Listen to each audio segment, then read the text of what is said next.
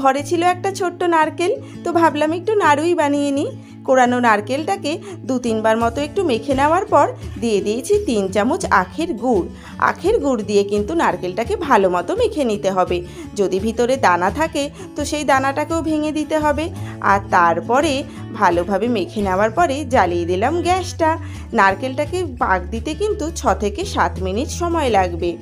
আর ফাঁক হয়েছে কিনা সেটা বোঝার জন্য এরকমভাবে খুন্তি দিয়ে ফাঁকা করে করে দেখে নিতে পারি। যদি দেখি তেল বেরোচ্ছে তাহলে কিন্তু আরেকটু পাক দিতে হবে। আর দিয়ে দিয়েছিলাম এলাচ গুঁড়ো। আর তারপর যখন দেখবো এরকম কড়াই থেকে ছেড়ে আসছে, বুঝতে পারবো তখন পাক হয়ে গেছে। তারপরে হাতে একটু ঘি মাখিয়ে নিয়ে গোল গোল করে পাকিয়ে নিলেই হলো। ঘিটা দেওয়ার কারণ হলো সুন্দর একটা গন্ধ বেরোয় কিন্তু নাড়ু দিয়ে, আর খেতেও বেশ সুস্বাদু লাগে। হয়ে গেল আমাদের লক্ষ্মী পুজো নয় কিন্তু এখন, এমনি ইচ্ছে করলো তাই নারকেল